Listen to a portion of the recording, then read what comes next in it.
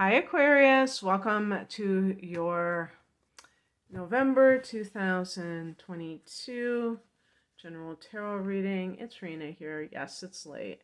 I answered your question. In case you were wondering, it is late.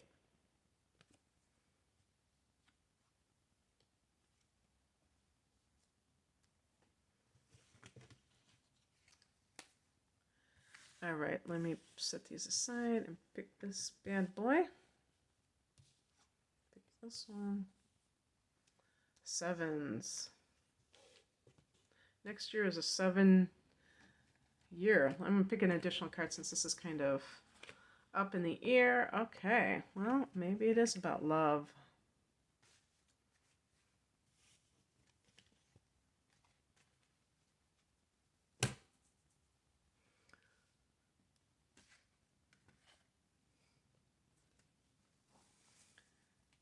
So in the past position, we have the Death card. This is connected to the sign of Scorpio. And Scorpio in your particular chart, unless this is a person that is a Scorpio, that may be a relationship that ended.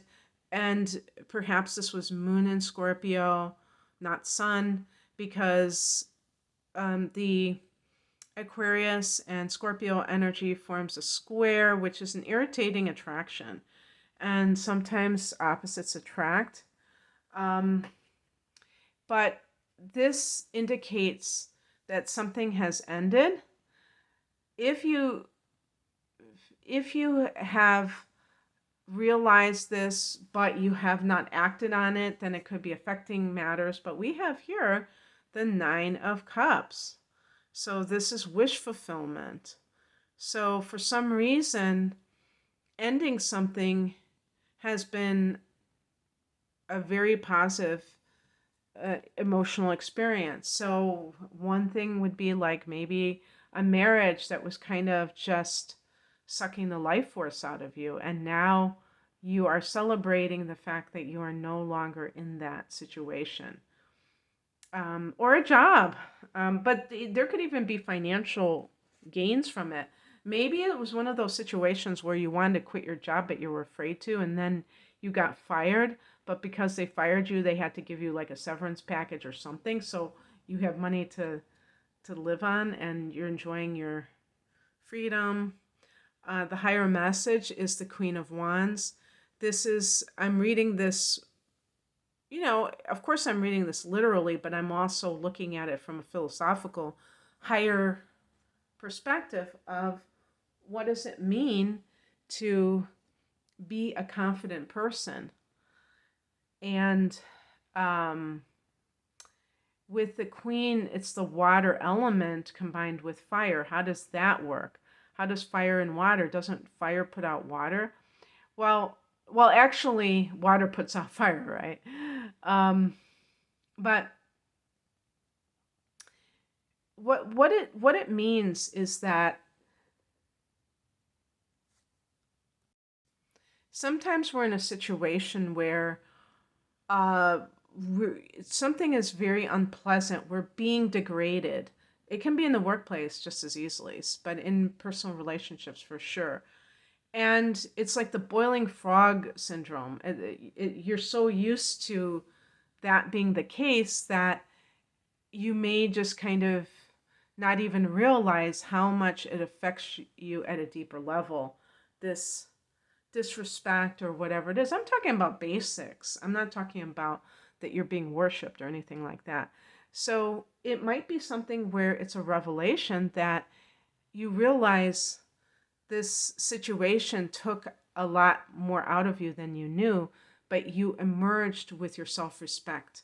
Because I always think of queens or royalty or the Leo energy, which I associate with this card. It is technically supposed to be Sag, but I associate it with Leo, and I always associate royalty with Leo, but she's got the sunflower in addition to that. And the point of Leo and being ruled by the sun is that to thine own self be true. And it doesn't just mean in terms of what you do and how you behave, but also how you carry yourself, that you believe that you are a worthy person, regardless of how any other person who probably has their own self-loathing treats you, and that you were able to keep that self-respect. What crosses you is the Seven of Swords. This is a card of the cheater, the thief. Now, in the challenge position, this indicates that even if you have left such a person, that they might still be in your life. Like, kind of like, when you have an app on your phone that's still very active and it's sucking the energy from your phone. And sometimes your phone will tell you that, and you're like, okay, how do I get rid of this app? And sometimes you can't if it's Google, right? I hope that's not one of the keywords that demonetizes me, but oh well. In any case, that kind of thing can be very problematic because you're trying to get away from someone who may pretend that they are away from you, and meanwhile, they're doing their own thing. Why are they doing their own thing? Because these kinds of people are not honest brokers, okay? So and this is like for instance, a narcissistic person cannot engage with people in a straightforward kind of way. There's always an angle. They're always trying to leverage situations. And you can tell that they're not dealing with you in an authentic way. So if you share a child with this person, you're going to have to be cunning. Oh, and also it can be like the Seven of Swords can be you getting away from this individual. And even if you do not live under the same roof anymore, they may try, if you have a child, they may try to use that child as a way to get close to you. So you're going to have to be extra crafty. The Seven of Swords is about being very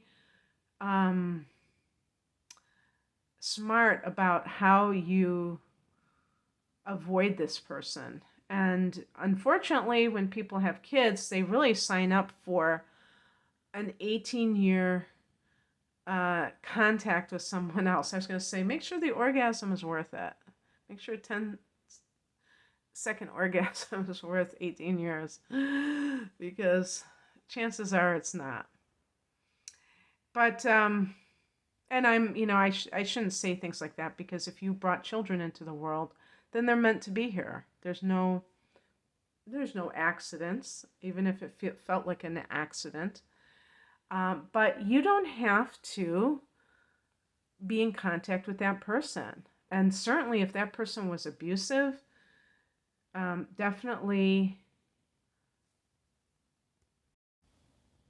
if that person is violent, you definitely don't want to put yourself in their path. So there might be ways that you can have other people give the children to that person, but hopefully, even with somebody who's not violent, because even violent, you don't want a violent person with your kids. Hopefully you would get custody, but you know what I mean, somebody who's very manipulative.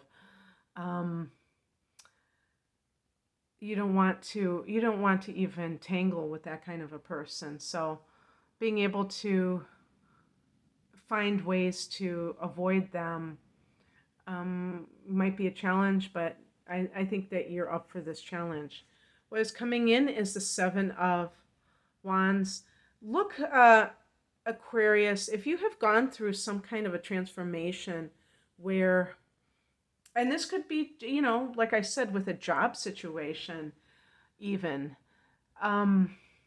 look for you, and maybe you've kind of suppressed all of the things that were going on inside of you. Look to becoming more and more bold. And you might even overdo it at first, where you're a little bit defensive and you kind of give it to people because you were so used to being under the gun, being under somebody else's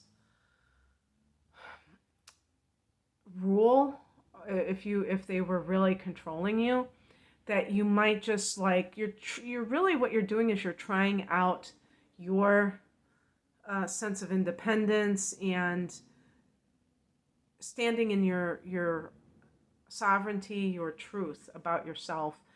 And it may make you a little bit obnoxious for a while you're trying things out, but then you can get back to the business of embracing who you are with no apologies given to others. The outcome is the Two of Pentacles. This may be a dilemma that you face about accepting a job offer, especially if it's overseas. You may be torn between that. You could certainly be doing picking up odd jobs. If you have been fired and you need to make money, you may just get more than one job and you're juggling things and it's hectic. But the reason I picked an additional card is because sometimes it is a choice that you're making, and I wanted to make sure that it was something where it wasn't being left as this indecision. So for a clarification card, I got the Six of Cups, and this is a card of the idyllic past. So reminiscent of, like, if you have broken up with someone, you may be getting in touch with an old flame, or maybe somebody from your childhood, or adolescence. And that could be a person that you've always carried a torch for. Maybe if your relationship didn't work out, part of it was that you never really got over that other person. So you didn't really put your all into the relationship. But if this is like work related, the Six of Cups is asking you, what did you like to do when you were a child? Because that can give you an insight into what still is a passion project for you. It might have grown, it might have matured, but it could still be in the same genre. And sometimes people get lost